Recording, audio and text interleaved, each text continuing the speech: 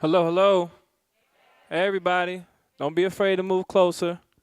Everybody give it up for the film. And for yourselves for being here. This is a really important issue. It's bringing a lot of people together. Even that principal in the film, he was dressed up like Dolomite. That's how you know it's serious. It's serious.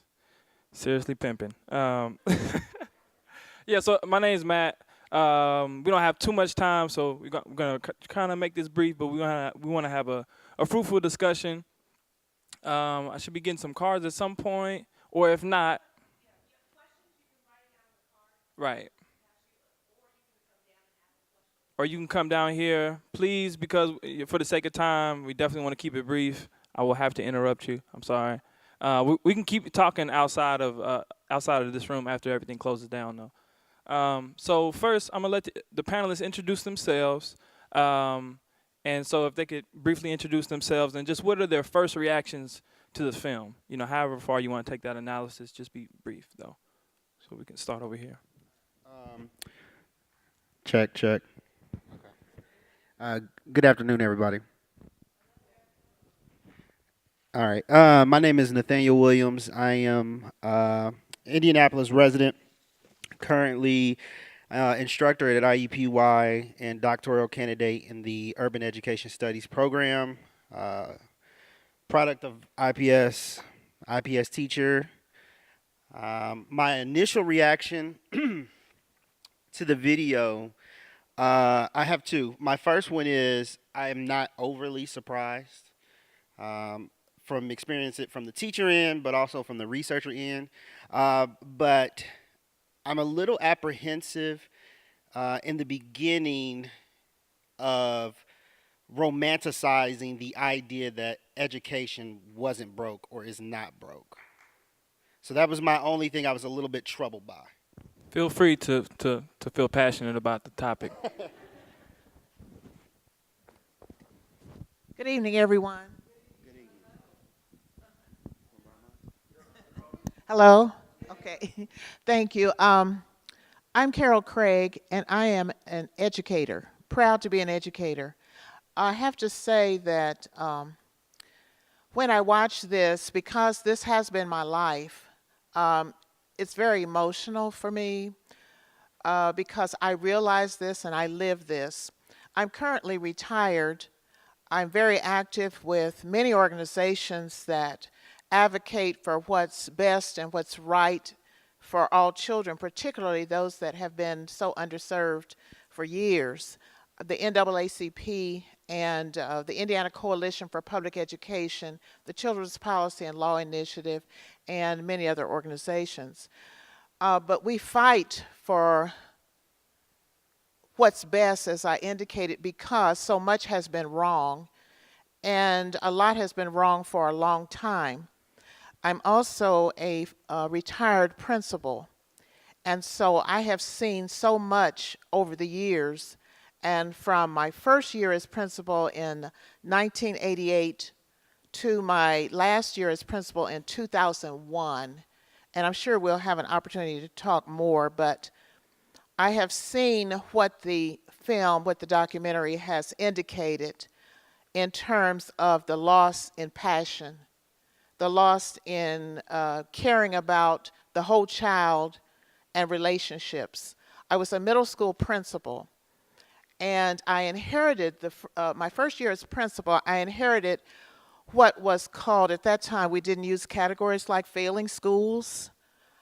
Thank goodness, but the school was extremely disruptive in terms of student behavior, and we analyzed that lots of things were wrong and there need to be changes. But one of the things I noted was the beginning of school is so critical, and I was so glad that that was highlighted in the film. When you start school in August with children, and children are the human factor is so critical, and schools are ecosystems. And if you don't start school by caring about the whole child, embracing the whole child and their community and who they are, their total identity, if you start school just starting with the curriculum, a dry curriculum, you will totally miss the engagement that you're trying to get by the end of the year. And that was the first thing I did as a principal. And our staff had great accolades for what we were able to do over time. But what we were able to do over time, now that was back in 1988, was not about test scores. It was what we were able to do in building relationships, having a positive environment, and what the community did for us with their assets and what we were able to build with the community. The community resources that we were able to build so the community could support our children for the resources that they were lacking, and what the children could add to the community for what they were also learning. So that totally changed by the time I left the principalship in 2001, when the focus was on standardized testing, and we lost the engagement of the families, the students, and then we have to talk about what does that do to the teacher and the administrators who care so deeply. And I'm not talking about the small percentage of bad teachers.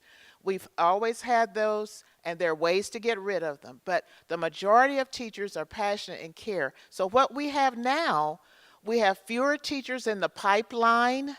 My friends in the schools of education are telling me their numbers are going down because the teachers know what is happening. Principals are under so much pressure. It's no longer about engaging and being in a team and relationship with your staff. It's about having those test scores. So I am very emotional about what transpired in the movie because it is all true.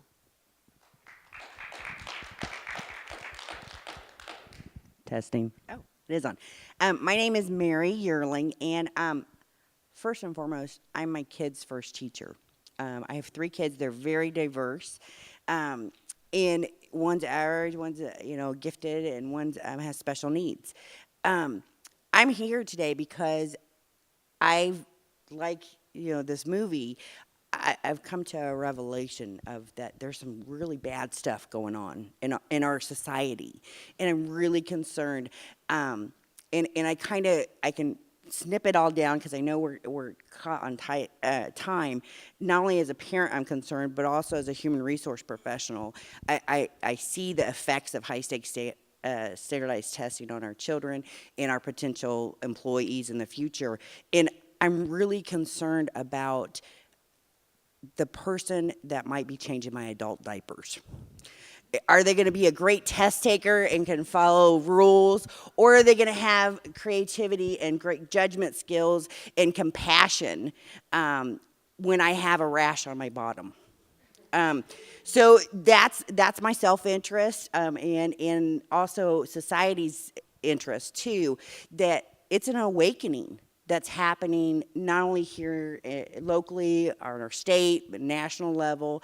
And I am part of Parent Power Indianapolis Education Community Action Team, as well as United Opt Out. I wrote the guide on how a case conference committee can legally opt a child with special needs out of high-stakes standardized testing.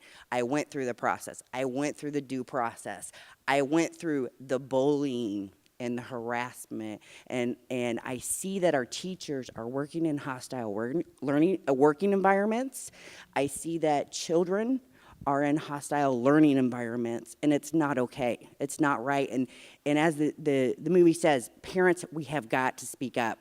And because our teachers are being held accountable for these, and I'm going to call it out as it is, unethical, high-stakes standardized testing. And they have to maintain a roof over their head, clothes on their back, food on their table for their families.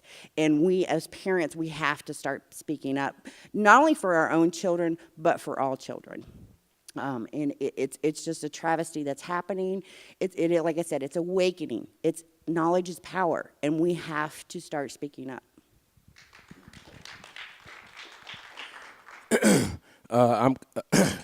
Excuse me. I am Khalil NY Africa. Excuse me, I just got over a little cold, so I'm going to try to get my voice together. First of all, I'm a parent. Number one, I have 4 children. My wife and I started homeschooling. I'm also currently the director of education for the Kepler Institute. And what the film made me think about initially is, one, how little standardized testing has to do with the educational process. In fact, in many ways, it undermines what education is and what it means.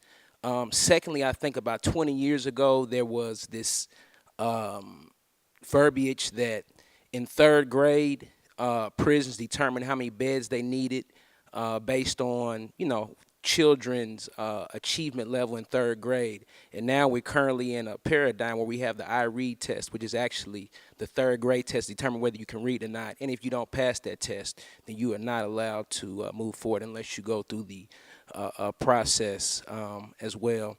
Part of what I've been involved in is, though reform has to happen, I'm a believer in renew. I believe that the public school education is doing exactly what it's supposed to do. It is creating people to continue to fuel and push forward and progress the current system that is in place. I think that we have to have people that are courageous enough, like the Harmony School, Children's House, and other schools throughout the city and elsewhere that have the audacity to start new programs that are not relying at all on anyone else's accountability except for those of the parents, the children, the families that are associated with those schools as well. And just as important, the teachers and administrators of those schools as well. Thank you. Hi, my name is Philip Harris, and since I played an active role in that movie, from initially talking with Daniel Hornbecker when he first had the idea, the book that my wife and I wrote, who's sitting in the back, The Myth of Standardized Tests, was born out of the realization from her 30-plus years of classroom experience. And she gave me credibility in being able to talk about and write about the total myth that standardized tests are built on. And our book tries to lay out the fundamental issues that most people sense about why standardized testing does not answer the basic questions they're interested in asking. And we've tried to articulate in a style that gives people who aren't psychometricians an easy to understand rationale. Well, in the 4 years that book's been published, we've been surprised at how difficult a rational explanation of why standardized testing is bad just doesn't seem to develop any traction. I would have liked to have seen Daniel develop a deeper mining experience into the testing flaws so that those of you that are sitting here could go to your schools tomorrow and say, I want to end this child abuse as it was referenced in the movie. Well, that's a good place to stop. Let's go. I think so too. That was good. All right, so I'm gonna try my best to, for the sake of time, I'm gonna try my best to synthesize. I learned that from those standardized tests. So the first Not one. any the state of Indiana gives. Must have gone somewhere else to school. No, Arlington. No, definitely not. All right, so the first one, we just jump into it. Have there been any repercussions at any level? I'm assuming parents, students, administrators, like all those levels, for schools who have a high number of opt-out participants. So have there been any negative repercussions from that? And we try to have like one panelist speak to it. If somebody want to add some quick context, Okay, I'll that's try to be welcome real too. brief. Yes, there has been repercussions. Schools have been closed. Communities are dismantled and destroyed. There is racial and economic inequities imposed by the closings of those schools and communities destroyed. Parents are threatened, they're harassed. School teachers are threatened with their state licensing, their license in the state of Indiana by the ISTEP guidelines. The administrators are threatened, that the school district is going to lose money. Basically, we have been bribed by our federal government to implement high-stakes standardized testing, and by our state government as well. Did anybody else want to quickly speak to that at all? Or? Well, State superintendent has made it clear that she would not encourage anyone to opt out because it makes the state look bad. And she blames it on the federal regulations, that if she encourages parents to hold their children out, the state would jeopardize the hundreds of millions of dollars of federal aid. Personally, I'm not sure that hundreds of millions of dollars is worth one child's life. Okay. So the next one is mainly about charter schools and standardized testing. So I guess on the basic level of the question is, what's the relationship between charter schools and standardized testing in context of what we've seen in the film? I taught in charter school for a few years, and as much autonomy and as much creative innovation that charters appear or at least purport to have, there is really no difference between the way the charter schools administer, deal with testing, the testing environment, and the way, well, the charter schools are public schools, first of all. There is no, those are all the same entities. Only difference between a charter, the only different faction between a charter and a public school is a private school. They are one and the same. Charter schools have more creative innovation, as I said, and autonomy to be able to administer, but they are under the same pressure as any other school to achieve and do well in the standardized testing. Charter schools, and at least the one I was at, decided, or for whatever reason, did not take the initiative to try to put in place programming and other things, community-oriented things that I thought could have offset some of the detrimental aspects of standardized testing. One thing we have had recently, we've had a publication of the charter school data here in Marion County and in the state, and a myth was thrown to the public, unfortunately, about the fact that children would be better off, and unfortunately many parents bought that myth. And then there was the Credo report, I think that was 2 years ago, that indicated that the charters in Marion County were doing better, even though IUPUI had a publication disputing that. And in fact, it was just the beginning of a myth that the charters were doing better. But now the data shows just as many of the charter schools are doing poorly as the traditional public schools. And what we have seen is an overemphasis on the standardized testing, the same as the traditional public schools. In fact, right, we know that one of the things that will improve your test scores is more more time on task. So what the charter schools we have seen have not been innovative. Instead, it's just more time. The teachers and the students stay until 5, an additional hour and a half. The students have to come on Saturdays, and we have a couple of schools where they have to come on Sundays if they still don't reach a particular mark. So there's nothing innovative that we have found, those of us who've tried to engage what is going on in the charter schools. What's happening is just an overemphasis on standardized testing. Also, we have data that shows that students are put out of those schools. We have current data that shows that the students in Marion County that attend charter schools were disproportionately suspended from school, more so than the traditional public schools. So you have groups of children that are being pushed out, put out, and so the populations left in the school, when you look at those test scores, they may be different in some cases, but you don't have equal populations. And you have tremendous mobility of staff. The teacher turnover is absolutely unbearable for children, and we know that stability is one of the key factors for improvement for learning. Absolutely. So building off of that question, and a lot of people argue this, especially with charter schools, but as well as public schools too. But how can we keep non-educators, so people who are not in the education world at all, advocates, teachers, administrators, after school, any element, non-educators, from determining the educational outcomes of entire systems? The first rule is show up. We got to be present. We have a mindfulness movement, in psychology. You got to show up. You got to show up at your local schools, you got to show up at your board meetings, you got to show up at the state level, you got to speak out to our legislators who are making these rules and holding the funding for public school hostage. We have to show up and we have to speak out.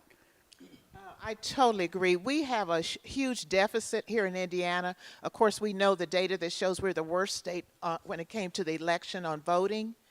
But that percentage is the same on speaking out. And I think we need to give huge kudos to Parent Power for having the courage and being bold, to the Black and Latino Policy Group, and to ECAT and the KI group for what they do, because that takes courage and boldness. But Indiana is seriously apathetic.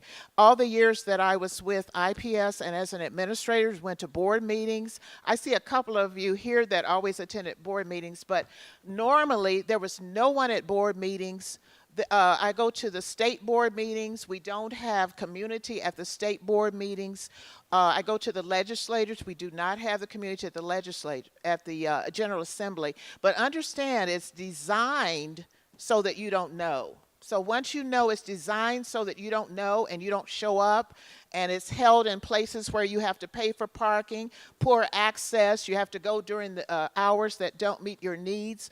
So you have to show up with your voice by writing letters, coming up out in large numbers. I can guarantee you that that scares people. When you come out in huge numbers, when you can, bring your children too in the evenings. But we have to do better in Indiana if we're ever going to see better. I just say, Matt, the reason why we were able to start the KI Community School, an independent school, is because we had a community organization wrapped around us that, for nothing else, provided supplementary educational tools and modalities for things that were missed, in the school day. And not only that, but a community and community organizations that provide strength and the stability to be able to interface with politicians and policymakers, to be able to influence change in policy and those kinds of things as well. The community is a key, a cog in the system that's missing for right now. Anybody else want to speak to that point? Okay. I just want to take just some time before we wrap up. If anybody just wanted to give like some final thoughts. One of the things that I'd like to just encourage more of you to think about. We have in our state more standards and laws governing food service facilities than we do standards for testing. And I have with me here just an example of a 140-page document for the rules and regulations for all food service handling. We have not one word regarding the standards for testing and development that should be used to evaluate any test that's used in our schools in the state of Indiana. The current test that's to be administered this school year fails to meet any of the 18 standards that are in this book called the Standards for Educational and Psychological Testing. It's an utter disgrace that the state of Indiana should be administering a test that meets no standards. I would just like to say that, and there's extensive research that shows the a connection between the pipeline to prison, pipeline to minimum wage job, pipeline just to a pipeline with standardized testing and what it's doing in the classroom, stifling creativity, innovation, demanding for rote instruction, doesn't allow for its most underserved population, young African-American males, to be properly served. They become disengaged. They get out of school. They end up in the streets. They're breaking in homes, and this is where we are, a pipeline in prison. Last thing I'd like to say is that if you can, this is the kind of work that we do in order to help continue to save young black males. Please support us, saving lives, excuse me, at carepro.org. Thank you. I kind of want to jump off of this, the school to prison pipeline, and I'm going to take it a step further. Our schools that are being held to these high stakes are becoming prisons. All right? I'm going to preach it here, okay? And I'm a white girl, but I got biracial kids. All right. the children are being forced to teach to the test. Our school guidance counselors are being pulled to administer these tests because the ed reformers are saying they don't trust teachers to do their job. And it is causing huge discipline issues in our schools because our guidance counselors aren't available for our students when they're having issues. So there's more fights breaking out. They're isolating and restricting movement of students and having teachers rotate around. They are testing our children every 3.5 weeks for benchmark testing. I'm sorry, that's unethical. It's unethical testing of children. They are not lab rats. They are not test monkeys. And again, it's an awakening that parents have got to listen. There's lots of information out. There's too much information. It's about fear of being looked at weird, you know? But bottom line, we're all human beings. We all put our pants on one leg at a time, unless you lay down and you want to squeeze into those tight jeans that are fashionable among the youngsters. And we've got to start speaking out because the harmful effects of high-stakes testing is too great, and it's too impactful on our youth, our future citizens.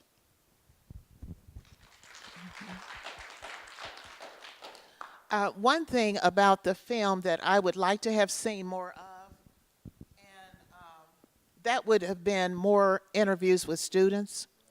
I thought that was severely lacking. I would like to have more of the voice of the students and also longitudinal studies with students where you study them over a period of time and see what happens to them.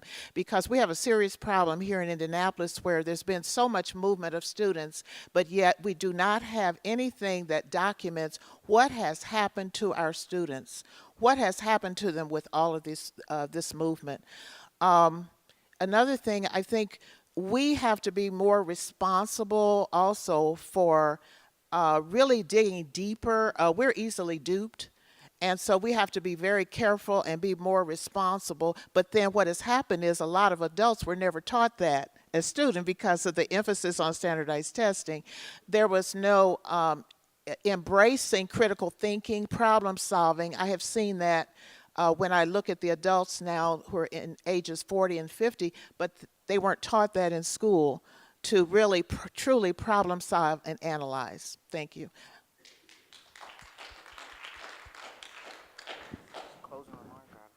Yeah, just final thought. I actually thought of one more question, but it'll be brief. Go ahead and ask your question. Okay, so just I was kind of listening, and one thing is definitely a big theme has been action. Like how can we take action? Because as educators and as advocates, you all have found different ways that make sense for you to take action. And I think also, like on the point of Indiana, Indianapolis in particular, a lot of times we get lulled out of action in the being 50th in voter participation definitely woke a lot of people up. I think maybe even Guam was higher than us or something like that. You know, Puerto Rico somewhere, some territories were higher in voter participation in Indiana. So I think that's kind of waking everybody up, at least a little bit. And so, you know, as educators, how can a lot of people don't know that though. A lot of people don't know that about the Hoosierlandia, you know, the Naptown culture, you know. So how can we spread this beyond Indiana? Let people know, other advocates and allies and educators outside of Indiana know about what's going on here. And also talk a little bit about, like Khalil mentioned, what he's doing, so other people can get involved too. Well, I just hope that you get angry about what you're hearing here and what you've seen on the movie and what you've heard that brought you here in the first place. And we have to really take some kind of concerted effort to draw attention to this despicable continuation of something that's passed off as an educational evaluation when the state of Indiana has no clear articulated purpose statement of evaluation. And testing is a part of evaluation. not accountability. That's another separate issue we could spend some time talking about.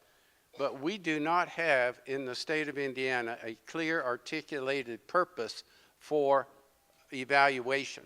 We need to demand that of our educational leaders and our policymakers. You know, number one, if as long as your children are in school, if you truly believe, opt out.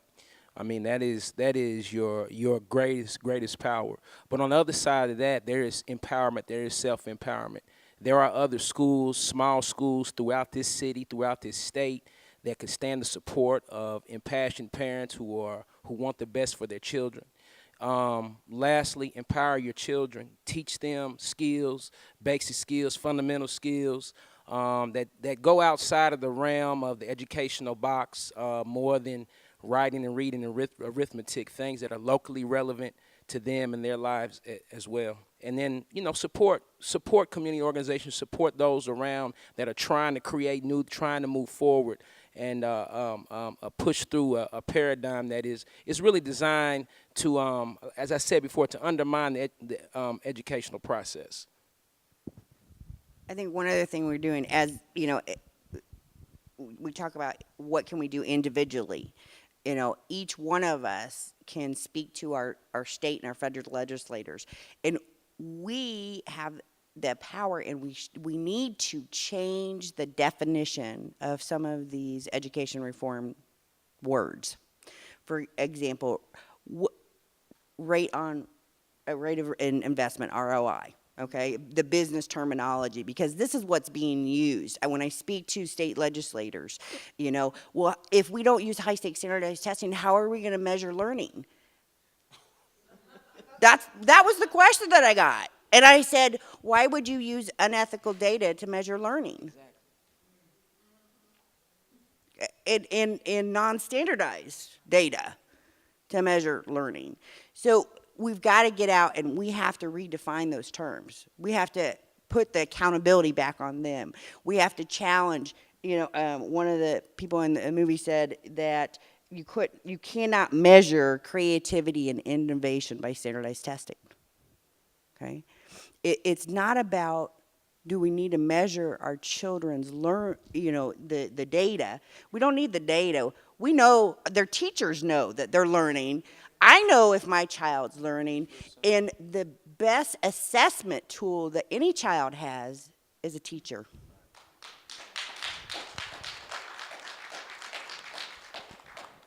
There's so much to say, but in thinking about Mary talking about words, we need to use certain words more. We need to use words like democracy, a democratic society. What do we really want as an end product? And ask those questions at the school level, the state board, your local boards, and the legislature. What do we want as an end product? And what demonstration do we have that we are pushing toward a more democratic society? Another word would be equity. Do we really care about the least of these? Are we going to continue to separate, because that's what this does. It selects, it's the separation, the haves and the have-nots. And we seem to enjoy that in America. So is this what we're trying to promote? And what is going to be the end product? And then finally, use your civil rights tools. Complaints. How many complaints are filed for education compared with complaints for jobs? They're both just as serious, but if we don't get the complaints filed for education and push at that level, there will be no jobs anyway for complaints. So use your civil rights, because what has happened, these are actually civil rights violations. When you look at who is most affected, it would be the least of these in so many cases.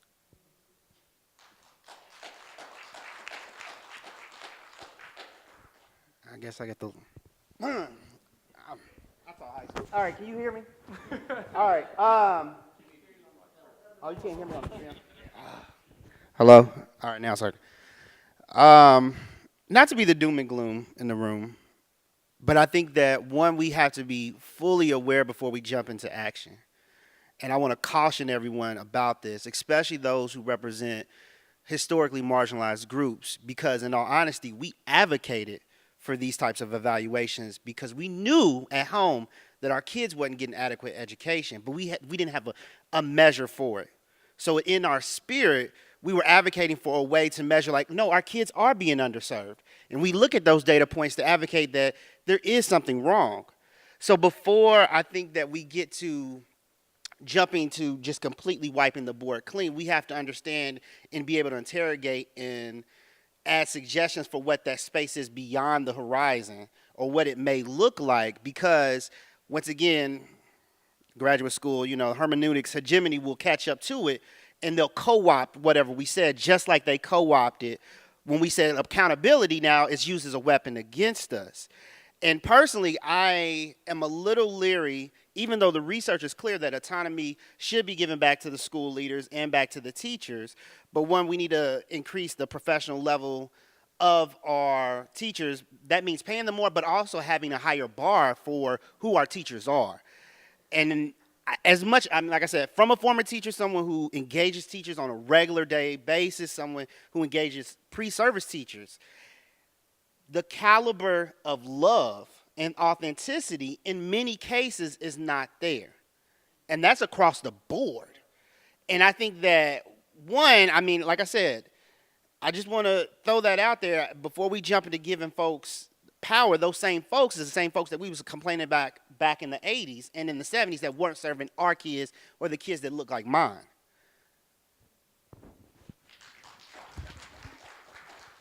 Give it up for our panelists one more time. Oh, you go ahead and say what you. Were you gonna say something, Mary? Were you gonna say something?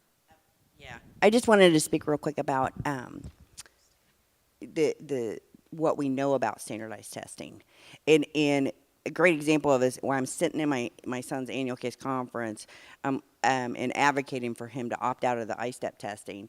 I said, I already know, and every single one of you professional educators know what standardized testing predicts. It predicts the high, amount of kids with special needs and poverty, and we already know those statistics about our kids.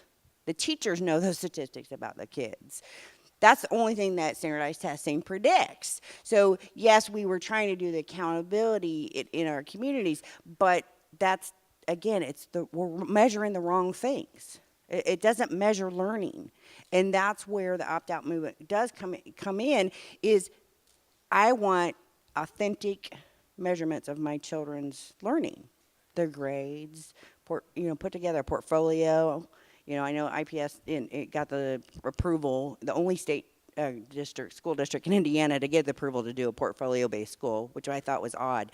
But there's lots of ways to assess a child's learning in ethical ways versus standardized testing that we already know and we can predict pretty much based on zip code. Matter of fact, there was an article on Facebook recently about you can predict the outcomes of standardized testing based on zip codes. So it's about ethical assessments, and are we as a society going to stand up and say this is not ethical and it needs to stop? Yeah, we had two quick responses, real quick. Go ahead. Yeah. Okay, thank you. Just quickly, I want to clarify a couple things. I think that the predictability comes in, actually an economist did the study, in particular ISTEP in the state of Indiana, that SES was the greatest predictor for success on the test. And we know that there's a social correlation between performance on this test because they are culturally based and culturally biased in a Western ideology, all that stuff all the way back to World War I and IQ testing. I think the one part that people may misinterpret is that most standardized tests are diagnostic, which simply means is that I can see areas of which they may have growth and deficits. And the spirit, and the problem is that if you go onto CTB, Pearson, Harcourt, all these folks' websites, they have they're federally supposed to, it's hard to get to, but clear limitations of what these tests say. And the thing is that I have conversations with folks from these areas, and they say simply like, oh my God, these legislators are doing exactly what our limitations tell them not to do. So I think there's an education component from the legislators' interpretation as well as educators. like thinking that somehow this is a reflection of capacity or ability, and it's not. But the way the law is written, it's a misinterpretation. I just I know. No, you fine, Khalil. Go ahead, Khalil. I just want to say that when you start talking about, well, I hate the conversations get to the end, they start getting good, but when you start talking about portfolio-based schools and things like that, well, you have to start really looking at the entire systematic process of education, because then you can't have 25, 30 children in a classroom. Well, exactly. Here we go, Nate. Here we go. Exactly. So then you start getting to the crux of the issue and the way schools are now being used. These are business entities that are taking place. I knew back in the 80s when I seen a Coca-Cola machine in the hallway. That let you know right there where it was going. So now these are commodification zones that are taking place in schools. Number one. Number two, standardized tests, the ones we use here, are criterion reference tests, which means they are designed to teach you a certain skill. The question I have and always have, and like Nate said, it's hard to get to the next layer of information, but who are the people that are determining the skills that are necessary and needed that children need in this day? I don't see any skill that's on the test that people are learning about alternative energy sources and things like that in the world we live in. What is going on, where it's happening, where are the loops and things that are taking place. And like Nate said, yeah, it costs too much money to have 10 students per classroom, but it's unfair to think a teacher could even consider qualitative assessments, authentic assessments, portfolio-based assessments in a classroom of 20, 15, for that matter, 10 students is too much to do that in. Other countries are doing this. It can be done. Dr. Smith. One thing They that also loop too. I have to take exception to your statement about ISTEP being diagnostic. It's not a diagnostic test, was never intended to be a diagnostic test. It's called an achievement test. There is not enough information that goes to school districts and to classroom teachers for it to even come close to being diagnostic. You only get group scores back. You don't get and the thing about standardized tests that we have, you shouldn't ever make a comparison of your individual student because there are no individual norms. It is only a group normed test, not an individually normed test. When I'm comparing your scores with your scores, I have no basis to make that comparison. And there's nothing within ISTEP that allows or should be permitted for any conclusion to be drawn, any inference to be made. It's not intended to be a diagnostic test. It wasn't standardized to be a diagnostic test. And the fact is, we can't even get good data about what makes up the norming group of ISTEP because we don't know for sure if it's Indiana students that make up those criterion and norm reference marks.